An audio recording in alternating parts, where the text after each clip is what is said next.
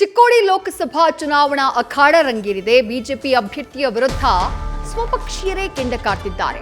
ಅಣ್ಣಾ ಸಾಹೇಬ್ ಜೊಲ್ಲೆ ಹಾಲಿ ಸಂಸದರು ಮತ್ತೆ ಅವರಿಗೆ ಟಿಕೆಟ್ ನೀಡಲಾಗಿದೆ. ಅವರ ವಿರುದ್ಧ ಸ್ಥಳೀಯ ನಾಯಕರೇ ಅಸಮಾಧಾನವನ್ನ ಹೊರಹಾಕ್ತಿದ್ದಾರೆ. ಚುನಾವಣಾ ಪ್ರಚಾರಕ್ಕೆ ಬಾರದೆ ಬಿಜೆಪಿಯ ಸ್ಥಳೀಯ ನಾಯಕರು ದೂರ ಉಳಿದಿದ್ದಾರೆ. ಹೀಗಾಗಿ ಅಣ್ಣಾ ಸಾಹೇಬ್ ಜೊಲ್ಲೆ ಏಕಾಂಗಿಯಾಗಿ ಪ್ರಚಾರವನ್ನ ಮಾಡ್ತಿದ್ದಾರೆ. ಮಾಜಿ ಸಂಸದ ರಮೇಶ್ ಕತ್ತಿ ಅವರು ಕೂಡ ಪ್ರಚಾರಕ್ಕೆ ಬಾರದೆ ಸೈಲೆಂಟ್ ಆಗಿದ್ದಾರೆ. ಚಿಕ್ಕೋಡಿ ಲೋಕಸಭಾ ಕ್ಷೇತ್ರದಲ್ಲಿ ಅಣ್ಣಾ ಸಾಹೇಬ್ ಜೊಲ್ಲೆ ಅವರ ವಿರುದ್ಧ ಅಖಾಡದಲ್ಲಿರುವುದು ಸತೀಶ್ ಜಾರಕಿಹೊಳಿ ಅವರ ಪುತ್ರಿ ಪ್ರಿಯಾಂಕಾ ಜಾರಕಿಹೊಳಿ.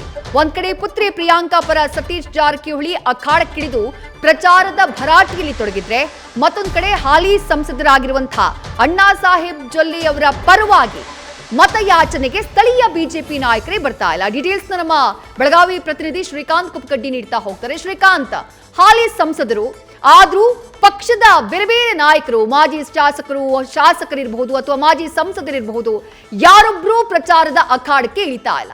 ಯಾವ ಕಾರಣಕ್ಕಾಗಿ ಅಸಮಾಧಾನ?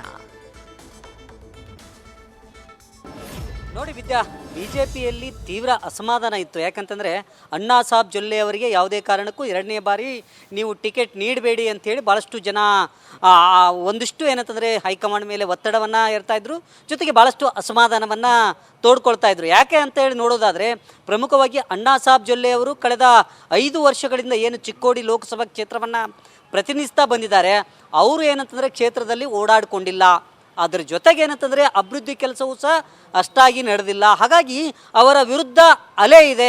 ಹಾಗಾಗಿ ಯಾವುದೇ ಕಾರಣಕ್ಕೂ ಅಣ್ಣಾ ಸಾಹೇಬ್ ಜೊಲ್ಲೆ ಅವರಿಗೆ ನೀಡಬೇಡಿ ಅಂತೇಳಿ ಭಾಳಷ್ಟು ಜನ ಟಿಕೆಟ್ಗಾಗಿ ಪೈಪೋಟಿಯನ್ನು ಮಾಡ್ತಾಯಿದ್ರು. ಅಂಥ ಸಂದರ್ಭದಲ್ಲಿ ಮತ್ತೆ ಎರಡನೇ ಬಾರಿಗೆ ಏನಂತಂದರೆ ಅಣ್ಣಾ ಸಾಹೇಬ್ ಜೊಲ್ಲೆ ಅವರಿಗೆ ಬಿ ಜೆ ಪಿಯಿಂದ ಟಿಕೆಟ್ ನೀಡಲಾಗಿದೆ.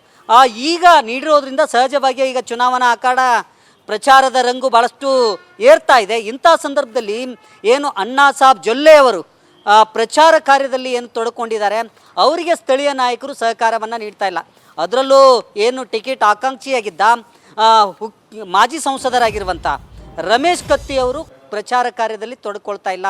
ಅವರು ಇದುವರೆಗೂ ಸಹ ಒಂದು ಪಕ್ಷದ ಕಾರ್ಯಕ್ರಮ ಆಗಿರ್ಬೋದು, ಸಭೆ ಆಗಿರ್ಬೋದು, ಜೊತೆಗೆ ಪ್ರಚಾರದಲ್ಲೂ ಸಹ ಅವರು ಅಷ್ಟಾಗಿ ಕಾಣಿಸ್ಕೊಂಡಿಲ್ಲ. ಹಾಗಾಗಿ ಸಹಜವಾಗಿ ಏನಂತಂದರೆ ಅವರು ಇದುವರೆಗೆ ಭಾಳಷ್ಟು ಏನಂತಂದರೆ ಮುಣಿಸ್ಕೊಂಡಿದ್ದಾರೆ ಅಂತಲೇ ಹೇಳಲಾಗ್ತಾ ಇದೆ.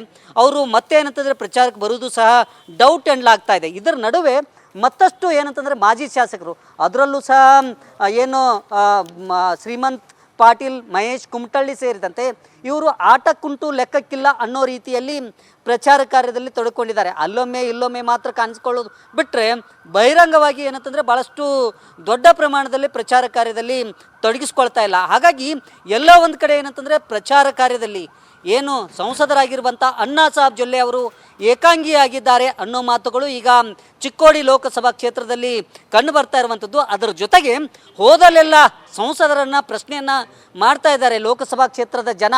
ನೀವು 5 ವರ್ಷಗಳ ಕಾಲ ನಮ್ಮ ಗ್ರಾಮಕ್ಕೆ ಬಂದಿಲ್ಲ, ನಮ್ಮ ಗ್ರಾಮದ ಕುಂದುಕೊರತೆಗಳನ್ನು ಕೇಳಿಲ್ಲ, ಅದರ ಜೊತೆಗೆ ಯಾವುದೇ ಅಭಿವೃದ್ಧಿ ಕೆಲಸವನ್ನು ಮಾಡಿಲ್ಲ, ಹಾಗಾಗಿ ಈಗ ನೀವು ಪ್ರಚಾರಕ್ಕೆ ಬಂದಿದ್ದೀರಿ ಅನ್ನೋ ಒಂದು ಪ್ರಶ್ನೆಯನ್ನು ಕೇಳ್ತಾ ಇದ್ದಾರೆ.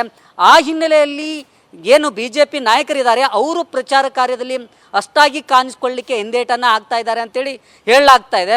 ಒಟ್ಟಾರೆ ಏನಂತಂದರೆ ಈಗ ಏನು ಚಿಕ್ಕೋಡಿ ಲೋಕಸಭಾ ಚುನಾವಣಾ ಅಖಾಡ ಏನಿದೆ, ಅದರಲ್ಲಿ ಅಣ್ಣಾ ಸಾಹೇಬ್ ಜೊಲ್ಲೆ ಅವರು ಏಕಾಂಗಿಯಾಗಿ ಈಗ ಪ್ರಚಾರವನ್ನು ನಡೆಸ್ತಾ ಇರುವಂಥದ್ದು. ವಿದ್ಯಾ, ಥ್ಯಾಂಕ್ ಯು ಶ್ರೀಕಾಂತ್. ಆಮೇಲೆ ಡೀಟೇಲ್ಸ್ಗೆ ನ್ಯೂಸ್ ಫಸ್ಟ್ ನಿರ್ಭೀತಿಯಿಂದ ನಿಮ್ಮ ಪರವಾಗಿ.